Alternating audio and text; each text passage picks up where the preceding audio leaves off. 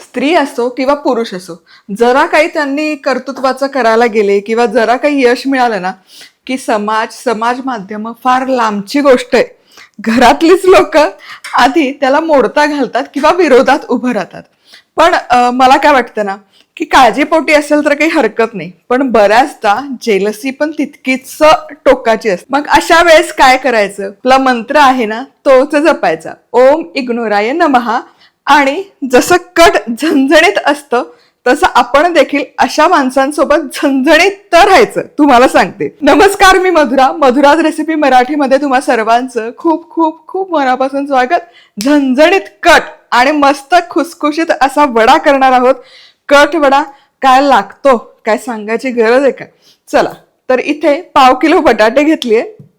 बरं, बटाट्याच्या अशा फोडी करायच्या, म्हणजे बटाटा की नाही पटकन शिजतो.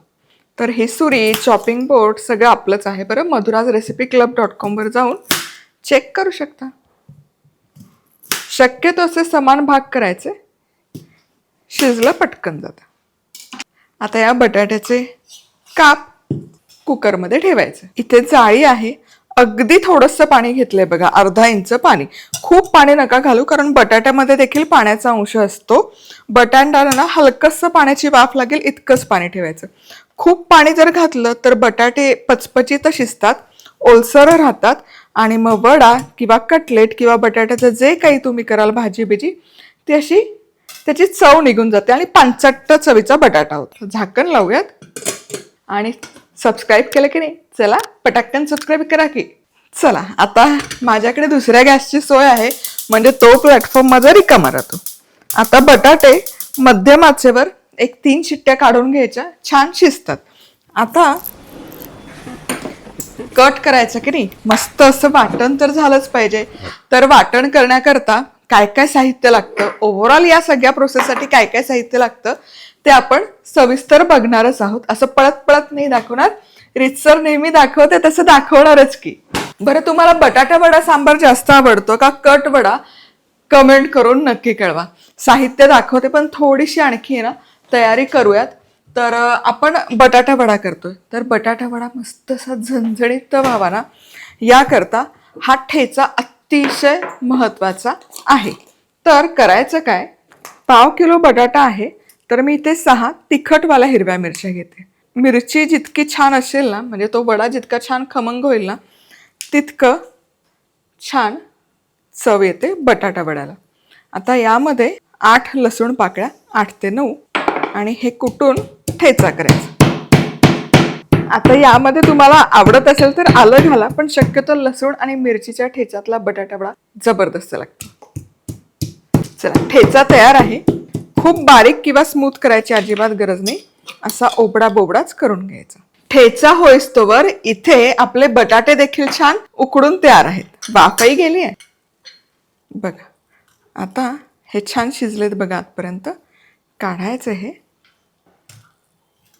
आणि याचं साल काढून घ्यायचं. थंड झाल्यावर काढलं तरी चालेल, पण गरम गरम असताना साल पटकन निघतं, पटपट निघतात साल. गरम गरम काढलं तर, थंड काढून काढलं तरी काहीच हरकत नाही. बटाटा वडा करण्यासाठी काय काय साहित्य घेतले ते बघूयात.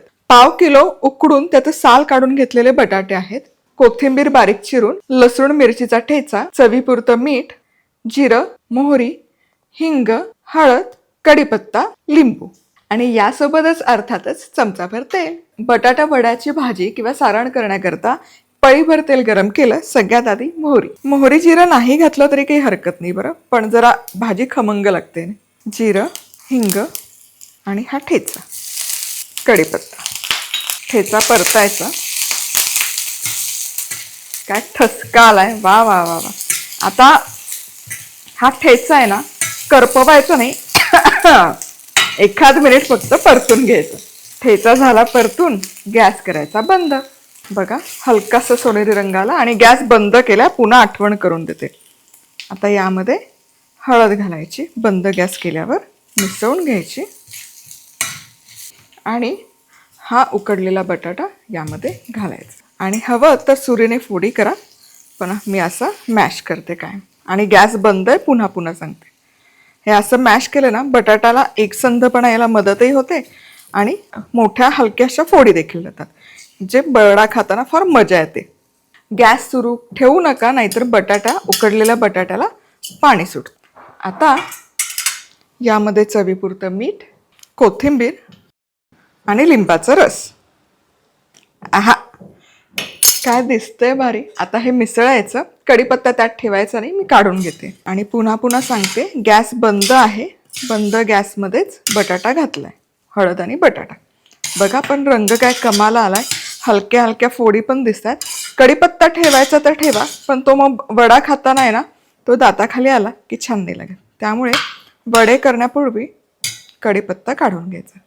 कढीपत्त्याचा स्वाद मात्र त्या भाजीत छान उतरतो, त्यामुळे फोडणीत आवर्जून घाला. आता ही भाजी हलकी थंड करूयात, मग याचे वडे तयार करूयात. बटाटा भाजी छान थंड झाली. आता मिश्रण घ्यायचं आणि याचे वडे थापून घ्यायचे. कितपत लहान मोठा तुम्हाला हवाय त्या अंदाजात करा. कटवड्याचा वडा थोडासा मोठा असतो,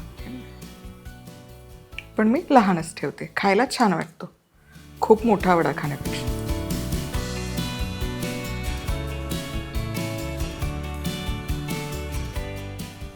चला, इथे बटाटे वडे तयार करून झालेत. तर हे जे 1/2 किलो बटाटे आपण घेतले होते ना, त्यामध्ये छान मध्यम आकाराचे 10 बटाटे वडे तयार होतात. इथे दिसणारा 9 आहेत, एक आतमध्ये ठेवलेला आहे. आता याचं आवरण तयार करायचं. याच्यासाठीचं अचूक प्रमाण बघूया. 1.5 कप बेसन घ्यायचं, चवीपुरतं मीठ, चिमूटभर खायचा सोडा आणि हळद. चला, आता बेसन, सगळ्यात पहिली आणि महत्वाची टीप, बेसन चाळून घ्यायचं. यामुळे काय होतं ना, आवरण छान एकसंध व्हायला मदत होते आणि चिवट होत नाही. बेसन चाळत असताना अशी रवी किंवा व्हिस्क किंवा मग चमचा घ्यायचा, म्हणजे काय होतं ना, इकडे तिकडे उधळत नाही ते. बघा, याच्यात अजिबात आळशीपणा नका करू. बेसन छान चाळून घ्या, म्हणजे आवरण खूप मस्त होतं. म्हणजे विकतचा आपण बटाटा वडा खातो की नाही, त्यापेक्षाही भारी होतं. आता यामध्ये हळद घाला, रंग छान येतो आवरणाला. चिमूटभर खायचा सोडा, चवीपुरतं मीठ. सुके जिन्नस मिसळायचे. यामध्ये आधी अर्धा कप पाणी घालूयात, मिसळून घ्यायचं. आता खूप पाण्याची गरज नाही. इथे अर्धा कप आणखी माझ्याकडे, यातलं फार फार तर 1-2 चमचे पाण्याचा मी वापर करेल. म्हणजे 1/2 कप पाणी इथे लागतं. 1.5 कप जर आपण बेसन घेतले तर. फक्त मिसळून घ्यायचं. थोडंसं आणखी पाणी, 1/2 कप बरोबर पाण्याचा इथे वापर झाला. आता हे मिश्रण आहे ना, हलकसं घट्टच ठेवायचं, कारण थोडा वेळ आपण हे मुरण्याकरता ठेवणार आहोत आणि तेवढ्या वेळात त्याला छान पाणी सुटतं. पण हे असं दाटसर हवं आणि नुसतं मिसळा, फेटून वगैरे अजिबात घेऊ नका. पाण्याचं अगदी अचूक प्रमाण आहे. 1.5 कप बेसन, 1/2 कप पाणी. फेसायचं नाही, नुसतं मिसळायचं आणि हे 10 मिनिटं तरी मुरण्याकरता ठेवायचं. फेसायचं का नाही, फेसलं ना तर त्याला जाड जाड आवरण येतं, कुरकुरीत असं नाही येत. केकला कसं किंवा ब्रेड कसा होतो तसं मऊ आवरण होतं, तसं नकोय आपल्याला. छान पातळ आणि कुरकुरीत आवरण हवं, तर मग बेसन फेसून अजिबात घ्यायचं नाही. कट वड्याचा कट करण्यासाठी काय काय साहित्य घेतलंय ते बघूया. 3 कांदे उभे चिरून, अर्धा कप सुक्या खोबऱ्याचा किस, कोथिंबीर, अर्धा चमचा खसखस, 1 चमचा पांढरे तीळ, मीठ, यासोबतच तेल, आपला मधुराज रेसिपीचा कांदा लसूण मसाला आणि बॅडगी मिरची पावडर. चला, आता वाटण करायचंय. वाटण करण्याकरता कढईमध्ये अगदी अर्धा चमचा तेल गरम करून घ्यायचं. यामध्ये हा उभा चिरलेला कांदा आणि छान बदामी रंग येईपर्यंत भाजायचा. बरं, कांदा भाजला जातोय तोवर इथे छोटीशी कढई ठेवली, त्यामध्ये खोबरं घालायचं. खोबरं हे छान बदामी रंगावर भाजायचं. खोबरं भाजून मग त्याच तेव्हात कांदा घेतला तरी चालेल, पण जरा पटाक्कन होईल म्हणून मी हे करते. खोबरं इथे छान खरपूस भाजत आलं, हलकासा बदामी रंग यायला सुरुवात झाली. गॅस बंद नाही करायचा. आता यामध्ये घालूयात पांढरे तीळ आणि खसखस. म्हणजे खसखस आणि तीळ देखील खोबऱ्यासोबत भाजून निघते आणि वाटायलाही सोपं पडतं. आता हे बघा, चटचट आवाज येतो, त्यामुळे गॅस सुरू ठेवायचा. आता हे खोबऱ्याचं मिश्रण थंड करून घेऊयात आणि इथे कांदा पण देखील होत आलाय. बघा, हलका सोनेरी रंग आलाय, आणखी सोनेरी रंग येईपर्यंत थांबतो. कांदा देखील छान बदामी रंगावर भाजून घेतला. बघा, छान रंग आला एकसारखा. गॅस बंद करते आणि हा भाजलेला कांदा पण थंड करून घेऊ. सगळ्यात आधी हे भाजलेलं खोबरं, तीळ आणि खसखस घ्यायचं.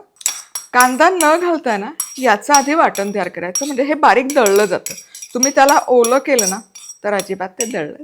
चला, आता हे फिरवून घेऊयात. भाजलेला तेल, खसखस, खोबरा इतका कमाल सुवास तरवळतो. तर हे बघा, येस, छान वाटलं गेलंय बघा. आता यामध्ये हा भाजलेला कांदा घालूयात. थोडीशी कोथिंबीर देखील घालायची आणि आधी पाण्याचा वापर न करता फिरवून घ्यायचं.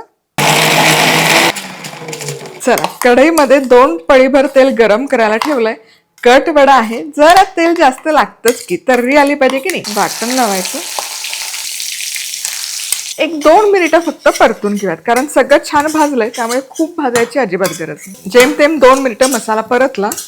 आता यामध्ये आपला मधुराज रेसिपीचा स्टार इन्ग्रेडियंट कांदा लसूण मसाला madhurazrecipeclub.com वर जाऊन खरेदी करू शकता किंवा व्हॉट्सअप नंबर दिलाय तिथे जाऊन व्हॉट्सअप करू शकता. 2 चमचे हा मसाला घालूया. आहा, काय दिसतंय भारी. आता यामध्ये आपलीच बॅडगी मिरची रंग छान येण्याकरता 1 मोठा चमचा लगोलग मीठही घालायचं. मिसळूयात. मसाला घातला रे घातला की काय कमाल सुवास तरबळतो, तुम्हाला सांगते. वा वा वा.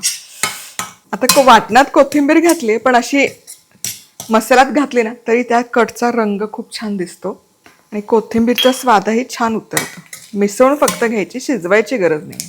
आता हा मसाला गरम गरम आहे, त्याला कट आणि तर्री छान यावी याकरता गरम गरम पाणी वापरायचं. मस्त. आता हा आहे ना चांगला रस्साच असतो, प्रॉपर दाटसर मसाला अजिबात नसतो. कट करायचं आहे आपल्याला, त्यामुळे पाणी थोडं जास्त घालायचं. याला मस्त एक उकळी काढायची. आहा, काय सुवास दरवळतोय. कट वड्याचा कट बरोबर 5 मिनिटं इथे उकळून घेतला. रंग बघा छान आलाय, तवंग बघा काय परफेक्ट आलाय. चला, आणि टेक्स्चर बघा, बघा असं एकसंध झालाय. जरी पातळ असला तरी मसाला एक बाजूला, कट एक बाजूला, असं अजिबात झालेलं नाही. आहा, जसा हॉटेलात मिळतो की नाही, अगदी तसा झालेला आहे. बहारदार. चला, आता वडे तळूयात. तेल गरम करायला ठेवलंय, वडे थापून ठेवलेत, पीठही तयार आहे. आता पीठ बघा, हलकेसे असे बुडबुडे त्यावर फॉर्म झालेत. हा जो चिमूटभर खायचा सोडा घातला त्यामुळे हे होतं, पण हे बुडबुडे अगदी गरजेचं आहे. आणि पीठ बघा मस्त असं घट्ट आहे, कुठेच पिठाच्या गुठळ्या नाही आणि अजिबात पीठ हे आपण खूप असं कालवून घेतलेलं नाही. आता एकतर हा बटाटा वडा पिठामध्ये हाताने डुबवून तेलामध्ये सोडू शकता, पण मला शक्यतो हे असं सोयीचं पडतं. वडा छान कोट करायचा आणि हा गरम तेलात सोडायचा. हे बघा, अगदी सोयीचं जातं. जास्तीचं पीठ आहे ते काढून घ्यायचं सगळं आणि अलगद तेलात सोडायचं. खालच्या बाजूला हलकासा गडद बदामी रंग यायला सुरुवात झाली की हे उलटवूयात. काय दिसतंय बघा, आवरण किती सुरेख झालंय बघा, एकसारखं झालंय. आणि वा वा वा, क्या बात आहे. काय कमाल सुवास तरवळतोय या गरम गरम तळलेल्या वड्यांचं. तुम्हाला सांगते, खरपूस असे तळून झाले. रंग, रूप, टेक्स्चर, आ हा हा, बघा काय सुरेख दिसतंय. वा, काढूयात. वा, टिश्यू पेपरवर. वा, बघा एक सारखं आवरण आलंय वड्यांना आणि मस्त कुरकुरीत होतो हा आवरण, एकदम हलकं होतं. चला, हा चुरा देखील काढून घेऊयात आणि दाखवते. हे बघा, हलकासा क्रिस्प येतो त्याला, जसा हलका कुरकुरीत हवा तसा होतो. फोडून दाखवतेच, पण त्याआधी मस्त पुढची बॅच पण घालूयात. आणि हाताने केलं तरी चालणारच आहे, पण ओव्हरऑल सेफ्टीच्या दृष्टीने हे सोपं पडतं. चला, पुढची बॅच देखील तळून तयार आहे. दिसतंय, वा, एक सारखं आवरण आलंय बघा, कोटिंग.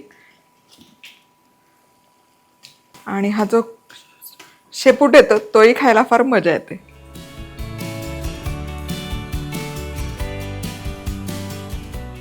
हे बघा, हलका कुरकुरीत झालाय की नाही वडा, मस्त टेक्स्चर आलंय. आता फोडून दाखवते. खूप गरम आहे म्हणून सुरीनेच केक कापते वड्याचा. आ हा हा, पण बघा आवरण बघा परफेक्ट झालेलं आहे. वाफ बघा, आवरण बघा मस्त हलका कुरकुरीत. आवरण असं चिवट झालं नाहीये, परफेक्ट हलकं हवं ना तसं ते वड्याचं आवरण झालंय.